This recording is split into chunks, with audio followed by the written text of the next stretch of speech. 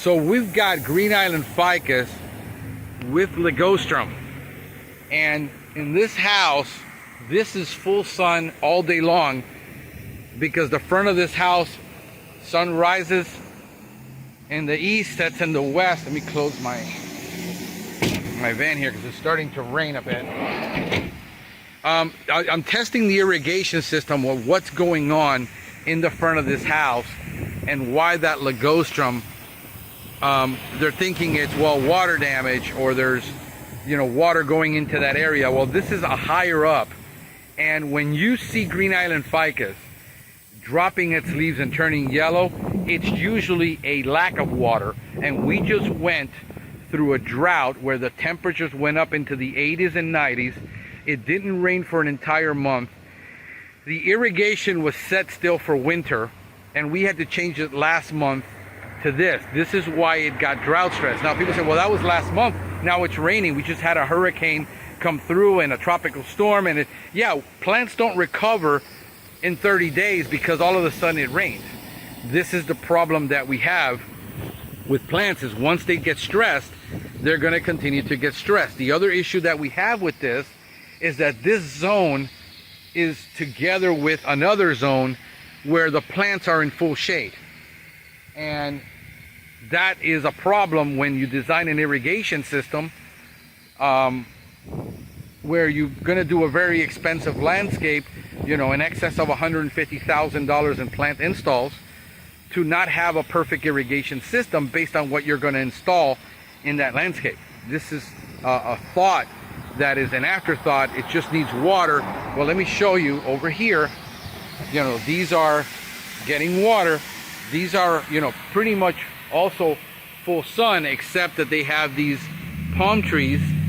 And then this one is in the same zone, on the same side, with plants that are in total shade, in areas where this is totally shaded.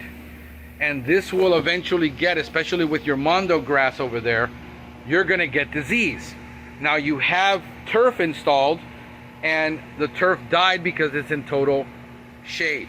So you've got a combination of, this is going to have to go on for 30 minutes whether it wants to or not, because it's on the same zone as the front of the house, which requires about 30 minutes 3 times a week, where this only requires maybe 10 minutes twice a week at best.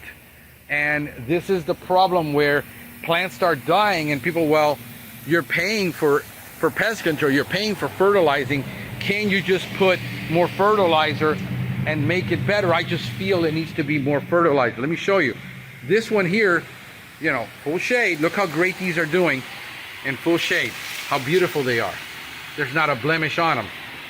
But now they're going to get 30 minutes of water, and they're in full shade. This whole area is full shade. And are we going to be able to get, you know, there's a little bit of damage there. But other than that, you know, they're beautiful. The ones that are back here, the gingers, you know, how are they doing? You know, these are in full shade.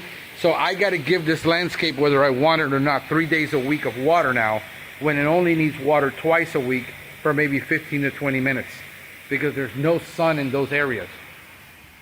So this is the consideration that you have to have, especially when you're building an elaborate landscape like this, that irrigation can't be an afterthought. Plant selection, you know, when you pay, you know, to get this done by a designer and the plant is in the wrong place. I mean, these are things that I have to argue all the time with the client, saying it isn't an issue of more fertilizer, it isn't an issue of more pesticide, it isn't an issue of more fungicide. No matter what I put on this plant, it's always going to look like this. When it gets direct sunlight, it's always going to get damaged no matter what I do. You got to remove the plant, put it in an area where it wants to thrive.